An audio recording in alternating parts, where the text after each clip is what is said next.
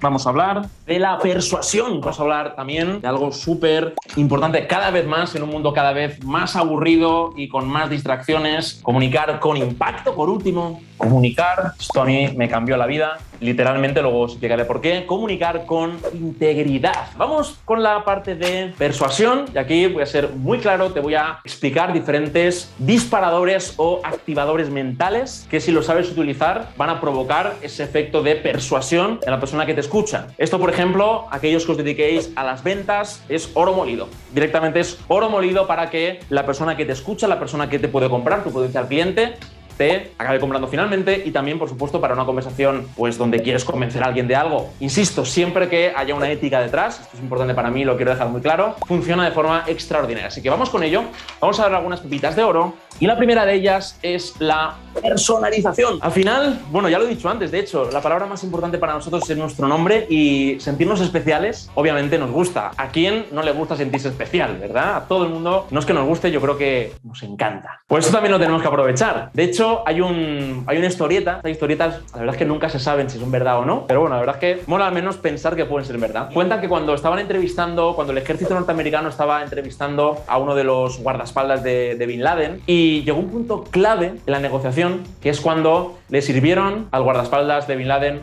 una infusión con una galleta sin azúcar. Tú dirás, ¿y esto qué pasa? Esa persona era diabética y su subconsciente intuyó que esto es para mí. Obviamente entenderemos que este tipo de servicios militares, todo esto se lo saben al dedillo. Yo sugiero que lo apliquéis en vuestro entorno, ¿de acuerdo? Y siempre de una manera, por supuesto, lo más ética posible, pero creo que nos da una visión importante de cómo nos puede ayudar para persuadir, para influir, para convencer la personalización. Vamos con otro. El siguiente disparador mental es el consenso social. Hay una canción, bueno, todo el mundo la conoce, Imagine, de John Lennon, que dice algo así como: sé que soy un soñador, pero no soy el único, ¿no? ¿Qué nos está queriendo decir? Que, ostras, que hay más personas que también piensan así. Y a todo el mundo nos ayuda esa prueba social, ¿no? De si hay otras personas que ya lo están haciendo, quizá eso también pueda ser bueno para mí. Con lo cual, utilizar el disparador del consenso social, no hace falta que sea una canción, sino una simple conversación, también nos puede ayudar a ser mucho más influyentes. Más disparadores, este ya lo conocéis, disparador de la escasez. Al final, cuando algo está poco disponible, su valor aumenta. Y es una percepción completamente humana que cuando hay poquito de algo, el valor percibido de eso es mayor y por lo tanto también tus ganas de acceder a ello o de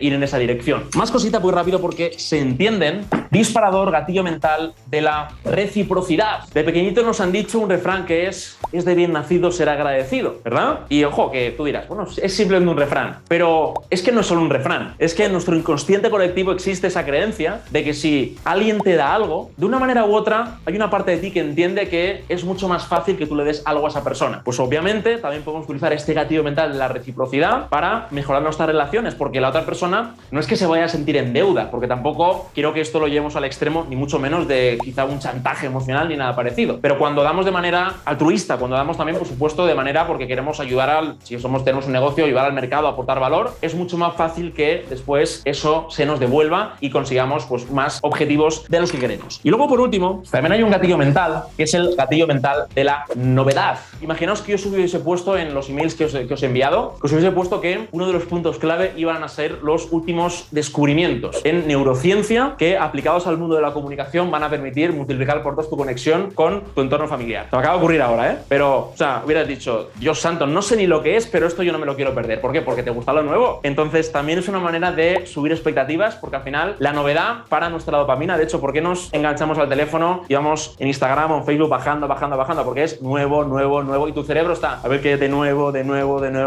Esto funciona. Son gatillos mentales y están activando nuestro inconsciente. Pues cerramos esta parte de persuasión y pasamos a la parte de impacto. Por ejemplo, cuando utilizamos, quizá esto más para discursos, pero para formaciones, cuando utilizamos quizá un leitmotiv, que es en una composición musical, es digamos el tema que se repite, por ejemplo Obama, ¿no? Que al final entendéis que con el Yes We Can, ¿no? Esto es un leitmotiv y al final genera impacto y genera recuerdo y acaba generando también conexión, etcétera, etcétera. Así que no para la conversación cotidiana, ¿de acuerdo? Ahora imagino que alguno dice, ostras, pues con mi pareja voy a utilizar este leitmotiv, te va a tirar las zapatillas seguramente a la cabeza. Pero sobre todo para comunicaciones más grandes audiencias, genera también identificación y, por supuesto, impacto. Más cositas que generan impacto, por ejemplo, empezar con una historia. Empezar con una historia genera impacto porque nadie se lo espera. De esta manera también, pues, sorprendes, capta la atención. Es decir, las historias no solo se pueden utilizar en cualquier momento, sino que al principio generan todavía mucho más impacto porque no es habitual. También cómo podéis generar impacto al principio de una presentación o de un discurso. Una frase. Yo, por ejemplo, podía haber encendido la cámara y haber dicho: no eres lo que crees que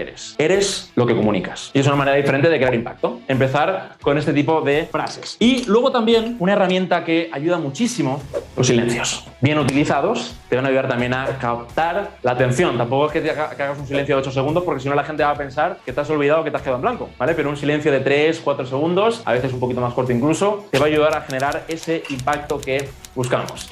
Pues vamos a pasar a esta parte que es la tercera pata, y aquí sí que esto para mí es, bueno, ya no sé si es el más o está en el podium de los conceptos más importantes que te quiero contar, y es la integridad. ¿Os ha pasado alguna vez que estáis en una sala, quizá en vuestra oficina o en una sala de reuniones o en cualquier sitio, y de repente entra una persona y a lo mejor ni siquiera pronuncia una palabra, pero ves que esa persona tiene algo que inspira, tiene algo que incluso ves cómo brilla, ves que esa persona tiene un magnetismo especial y de un modo u otro te sientes cautivado o cautivada por la energía de esa persona? Lo que voy a contaros a mí me dio un buen ostión porque no lo estaba teniendo en cuenta, sobre todo a nivel de comunicar a grandes audiencias, pero evidentemente tampoco lo estaba teniendo en cuenta en mi vida más íntima, y tiene que ver con los 3 elementos que sí o sí o sí tiene que tener cualquier discurso, cualquier conversación, cualquier charla, cualquier palabra que compartas con tu pareja, con tus amigos, con tus padres, con un público, con tus compañeros.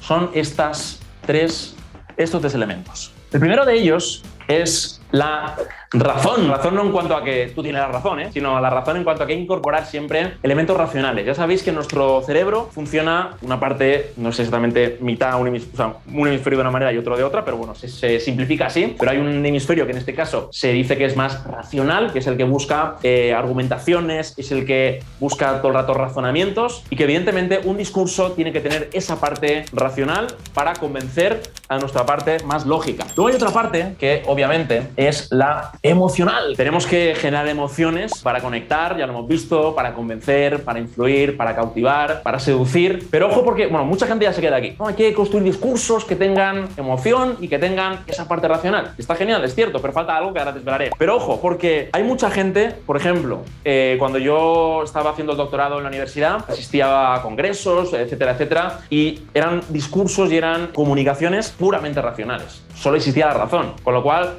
¿qué sucede?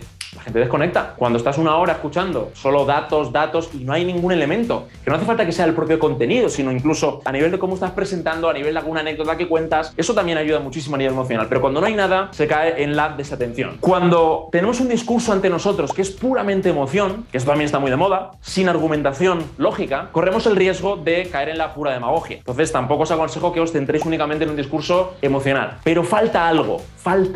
Y yo cuando empecé a dar conferencias en el año, empecé en 2017 de manera, digamos, entre comillas, profesional, sin las comillas. Hasta entonces sí que, ya había dado 4 años clase en el máster de caminos en la UA, había dado también alguna pequeñita conferencia a alumnos de la universidad, en algún contexto empresarial, incluso alguna empresa, recuerdo entonces, me había contratado para dar una pequeña charla de 1 o 2 horas para motivar a sus equipos, eso en el año 2015, 2016, y empecé a dar ya conferencias y cursos de manera profesional, como casi mi día a día, y recuerdo que, yo ponía mucho foco en la razón. Tenía que argumentar, tenía que dar motivos, tenía que convencer, tenía que mostrar la lógica de lo que estaba explicando. Por supuesto, ponía foco también en la emoción. Evidentemente, siempre quedan cosas que mejorar, pero recuerdo que era algo que trabajaba. Pero yo me daba cuenta que no llegaba a conectar. Me daba cuenta que aunque la gente te decía, ay, cómo me gusta, cómo comunicas, tal, pero yo me daba cuenta, yo veía en sus ojos que algo faltaba.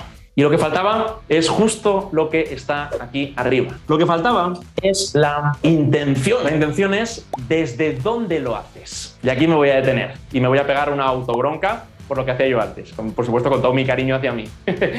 Yo cuando empecé a dar formaciones, cuando empecé a comunicar en público, ¿sabéis cuál era mi intención? Y acordaos ahora de ese Miguelito que estaba en tercero de primaria con las gafas de Bartolo explicando el tiempo. Que, por cierto, recuerdo que me las tenía que levantar porque no veía un carajo para ver dónde estaban las borrascas y el sol, o sea, no veía nada, ¿no? Pues mi intención era que yo me subía a un escenario y lo único que quería era que no me juzguen, que no me critiquen, que no piensen que no sé, que a ver si me lo voy a saber todo, que si me pregunten sepa responder, que no se me olvide nada. Foco en mí, en mí, en mí, en mí y en mí. Y bueno, lo haces bien, porque al final, si entrenas, yo, bueno, lo he contado muchas veces, cuando comencé a dar conferencias dije, si tienes que ser bueno en algo, esto no se consigue grabando un vídeo en casa, no, tienes que hacer lo que hay que hacer, jugar el partido. Y yo me propuse hacer, hasta antes de la pandemia, cada año, y lo hice, más de 150 conferencias al año. De manera que me pasé 2016, 2018, 2019, el principio de 2020, viajando por toda España, dando, pues eso, entre 3 y 6 conferencias a la semana, no en Alicante, sino en Alicante, Barcelona, Zaragoza, Mallorca, de hecho a muchos os conozco de ahí, porque sabía que tenía que entrenar, pero aún así algo me fallaba. Y era esto, ¿desde dónde lo estaba haciendo? Ponía el foco absoluto en mí. Y ahora la pregunta que te hago a ti es, ¿desde dónde comunicas tú? Desde la visión, como yo hacía y como a veces sigo haciendo y me tengo que seguir pues dando cuenta de ello, practicando, de qué pensarán de mí, lo estaré haciendo bien. Y di el cambio. ¿Y el cambio cuál fue? El cambio fue olvidarme por completo de mí y poner el foco total y absoluto en la persona que me estaba escuchando. Cuando te olvidas de ti, suceden cosas mágicas. De hecho, tiene que ver con la parte de fluir. ¿Por qué? Porque no tengo el foco en lo que tengo que decir. Y me han venido historias, me han venido conceptos, me han venido anécdotas que no estaban previstas. Obviamente hay un guión, obviamente hay una estructura, obviamente tienes que dominar el tema. Pero cuando tu intención